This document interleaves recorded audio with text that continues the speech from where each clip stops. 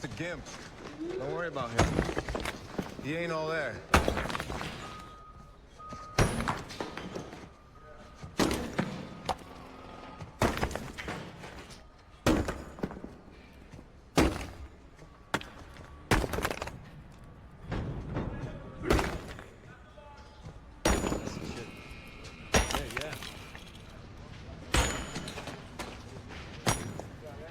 Yo! Castiglione! Hey, dumbass! Lunchtime!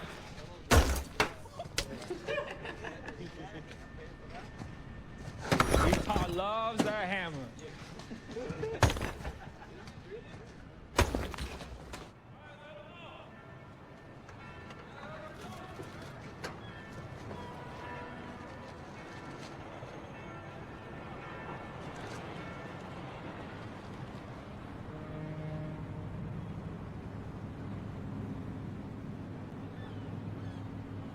When people think about grief, they usually picture sadness.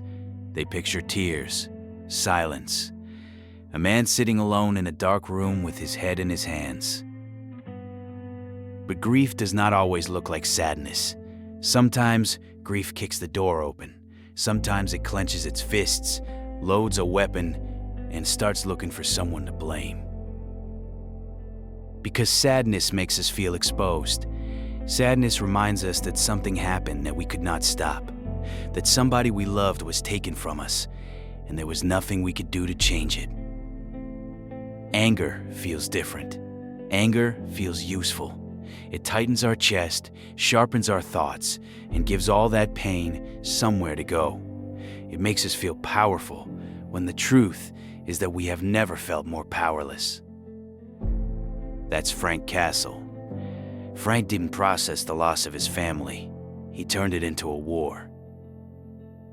And if I'm being honest, I understand why. When I lost my son, sadness was not the emotion I knew how to carry. Sadness felt weak. It felt vulnerable. Anger gave me something to hold on to.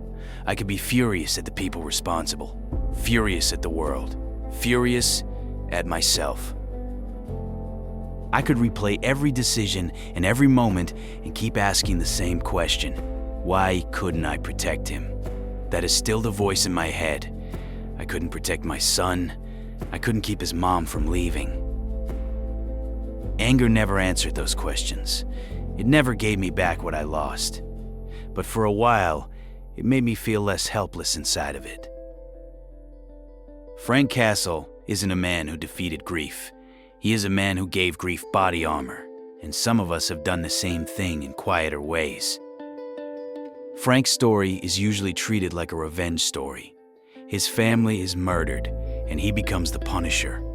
He hunts the people responsible and then keeps going. One target becomes another. One war becomes an endless war. But revenge is only the surface. Underneath it is a man who cannot accept that the one thing he was supposed to protect was taken from him. Frank is a soldier. He knows how to identify a threat. He knows how to prepare, attack, survive, and keep moving. What he doesn't know how to do is sit still with the fact that his family is gone. So he creates a mission that never ends. Because as long as there is another criminal to punish, he never has to ask who he is without the war. That is one of the most dangerous things about unprocessed grief. It can give us purpose. Not healthy purpose, not peace, but direction. There is always something to do, something to fix, someone to blame, another mile to drive, another project to finish, another night to stay awake.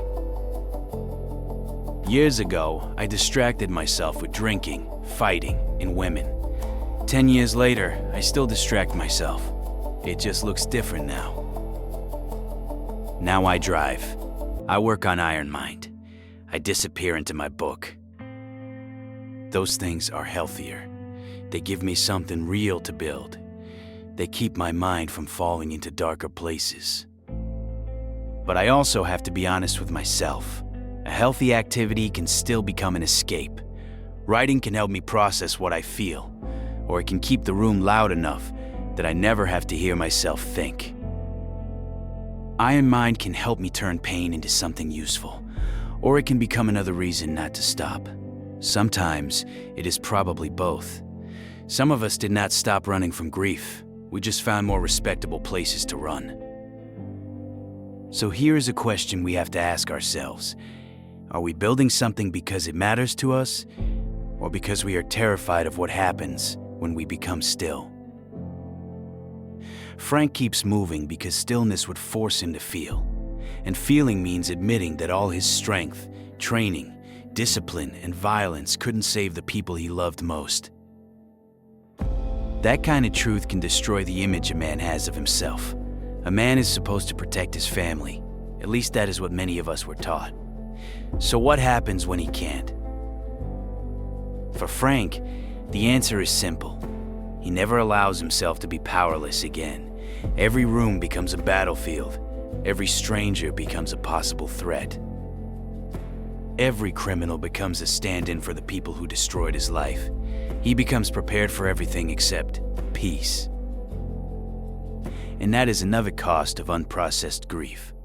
It changes the way we see the world. After you have lived through something catastrophic, everyday problems can start to sound insulting. People complain about being inconvenienced. Their food order was wrong. Traffic was bad. Their plans changed. And part of you wants to say, do you understand how lucky you are that this is your problem? I struggle with that. Logically, I know pain is relative. What feels small to me may feel enormous to someone else. Their life didn't have to be destroyed before they're allowed to feel disappointed. But from where I stand, some things just don't matter anymore. The problem is, if we're not careful, grief can make us cruel toward people who haven't suffered the way we have. It can make us impatient. It can convince us that because we survived worse, everyone else should shut up and deal with whatever they are carrying. Frank sees the world in extremes. Threat or innocent, guilty or not guilty, useful or in the way. Grief narrowed his world until almost nothing existed outside the mission. Has your pain ever made you less patient with people? Have you ever looked at someone else's problem and immediately dismissed it because it could not compare to yours? And how many people have we pushed away because we decided their pain was too small to deserve our attention?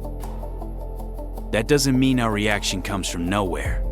It means pain can explain our behavior without excusing it. The war costs Frank everything that remains. He loses sleep, peace, trust, relationships, any real excitement about the future. Those are costs I understand too well. Grief has taken my sleep, my patience, my peace, my trust, and much of my ability to feel excited about what comes next.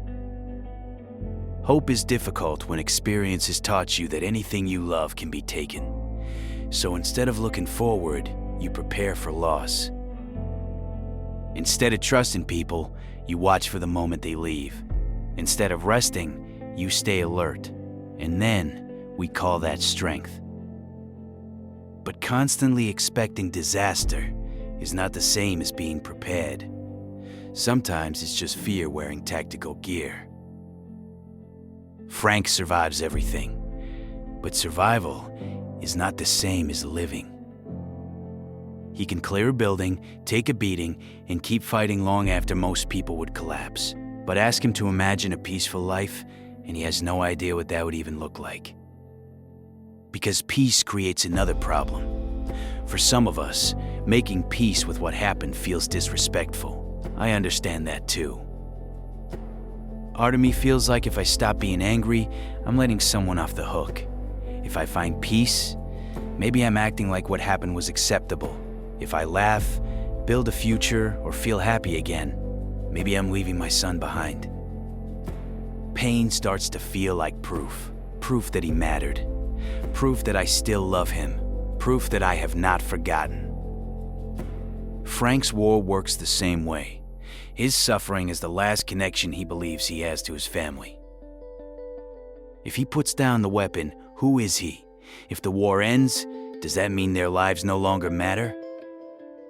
But that's the lie grief tells us. Our suffering isn't the measure of our love. Destroying what remains of ourselves doesn't honor the people we lost. Staying miserable doesn't rewrite the past. And peace does not mean approval. It doesn't mean forgiveness. It doesn't mean pretending the wound never happened. Processing grief isn't moving on, like the person can be placed behind us and forgotten. It means learning how to carry the memory without allowing it to command every decision. It means letting sadness be sadness without immediately turning it into rage. It means recognizing that staying busy is not always the same as healing. It means allowing ourselves to build something new without believing that the new life replaces the person we lost. And maybe most importantly, it means understanding that feeling joy again isn't betrayal.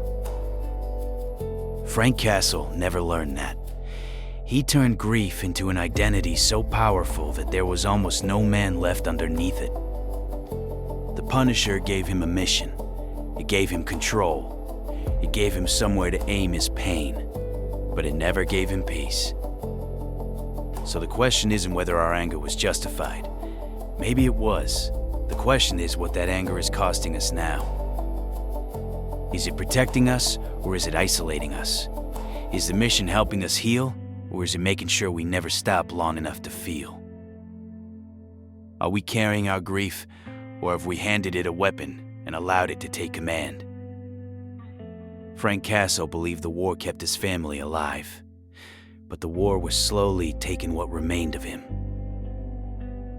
And some of us have to decide whether we're going to keep fighting every day for a past we can't change, or finally start building a future we don't have to feel guilty for wanting.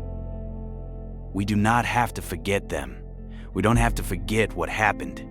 But we can't honor the people we lost by refusing to live the life we still have.